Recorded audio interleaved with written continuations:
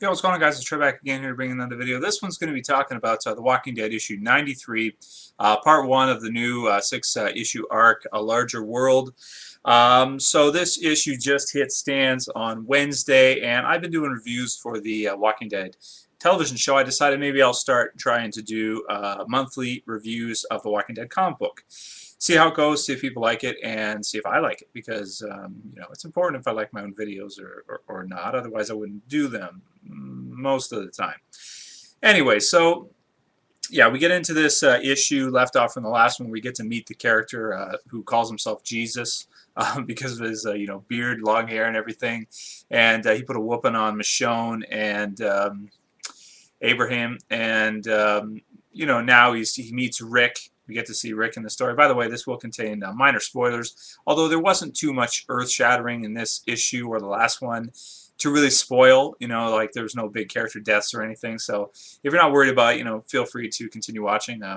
If you are, if you don't want to hear any of the synopsis, then just don't watch this until you've watched it already or read it already. So yes, we get to meet the character Jesus. We get to see kind of, Rick talks him down a little bit, and then tricks him and pulls him down and stomps him out pretty much, and then has Michonne tie him up, bring him back, and we get to see him talk to the character, and Rick just doesn't trust him at this point in the story. With everything that's happened to Rick in the past, with his family and everything, and with the governor and all that, I'm sure he's just mistrusting people. He just doesn't trust anybody at this point. So he, after stomping him, they tie him up and everything, and we kind of get to see some good things there with Rick talking to him, and he just doesn't believe what this guy's saying basically about setting up a trade operation. Just sounds too good to be true between him and another group. The other group being like 20 miles away, that kind of stuff, and he just doesn't believe him. That's all there is to it. So, and I think to make a prediction, I think he's probably right. I don't think there is. I think that this guy is full of it. I don't think there is a bigger group out there. I think he's probably part of a smaller group of people, like just and he's just talking basically. I don't believe him either. But we'll see how it goes. I mean, the story arc is called A Larger World, and we get to see Rick, Michonne, and Abraham get outside, and they start they just kind of go for a stroll basically as Rick's talking. They beat up some zombies, some decent zombie kills. We get to see Rick.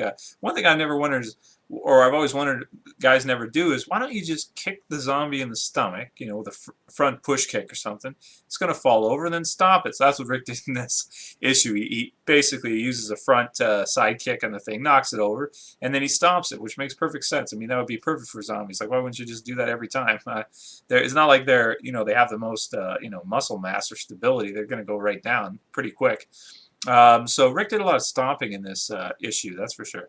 And then after we get to see him go down, they kind of overlook, the city around. They get to see it, and a larger world. So that the whole story arc is going to start with that, and see where it goes. I did enjoy this issue. It was a builder issue for the new story arc. I thought that it was a good follow-up.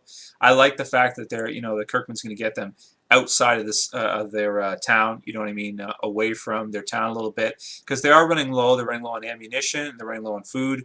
So I don't believe that guy when he talks about like a trade group and all that kind of stuff. I think he's full of it. There's also a cover I saw coming up. I forget what issue it's for, but you got Rick, and then he's got his hand covering him, his one hand, and some guy with a knife is like going at him right in his hand on the cover. The thing is about the covers is they don't always match what's in the story exactly, so there's no guarantee that that's actually going to be in the story for sure.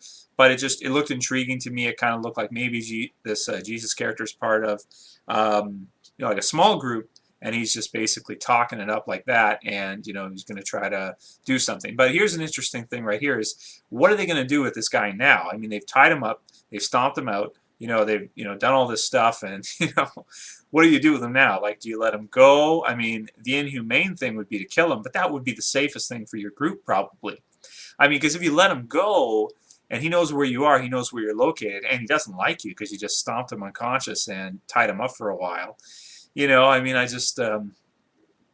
would be very interesting to see what the group does with this guy, if they just let him go, or, if they just, I don't know, man, like put him down, or what they're going to do, or if they're going to, try to set up this follow him a little bit and find out what he's talking about and this kind of stuff. I mean, it's an interesting situation. I think in that situation, the safest thing to do would probably be to just, unfortunately, would just kill the guy.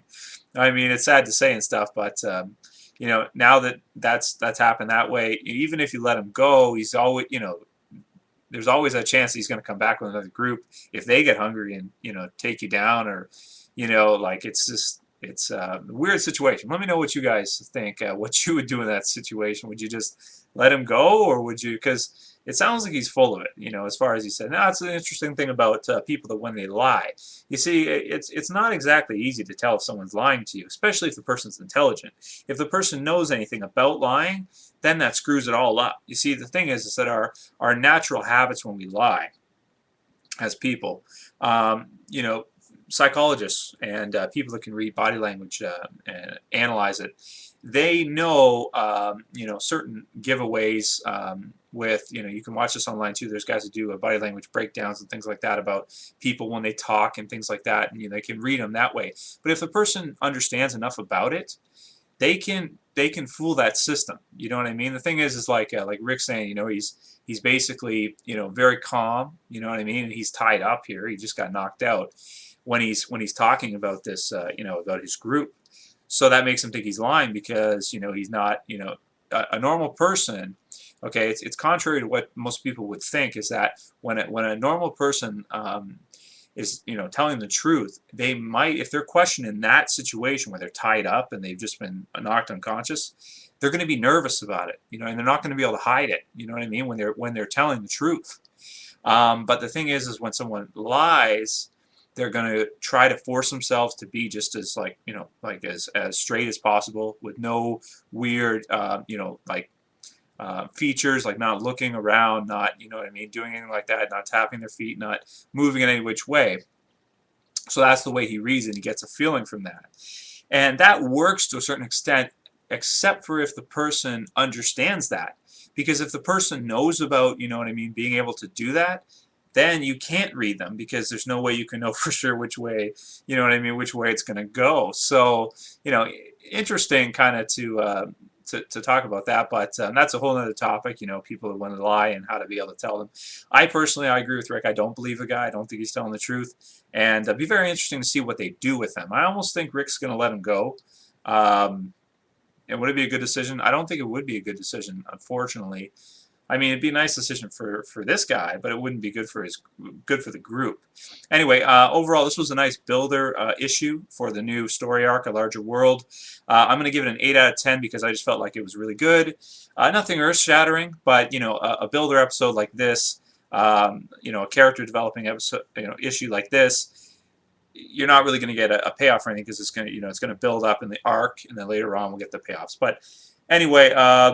A very interesting, intriguing issue, and I think that the comic book series where it's at right now isn't getting the exposure that it was, a while ago, because the TV show has stolen all of its thunder. You know what I mean? Everyone's talking about the TV show, and myself included, because it's just so amazing. No one's paying attention to the current storyline of the comic book, and that's sad, because the comic book is amazing too. They're two entirely different entities, they're two entirely different interpretations of this story, of the characters and everything. So, I don't like to see the comic book get shafted, because it is very, very good. And anybody who hasn't read, pretty much all of it, I would recommend you do. You can pick up the trade paperbacks at, like Chapters, any bookstore, any comic book shops. A lot of those will have them online. You can get them. My favorite comic book ever. I'm going to continue to do these. Let me know what you guys think about everything. Do you like hearing my comic book reviews of it?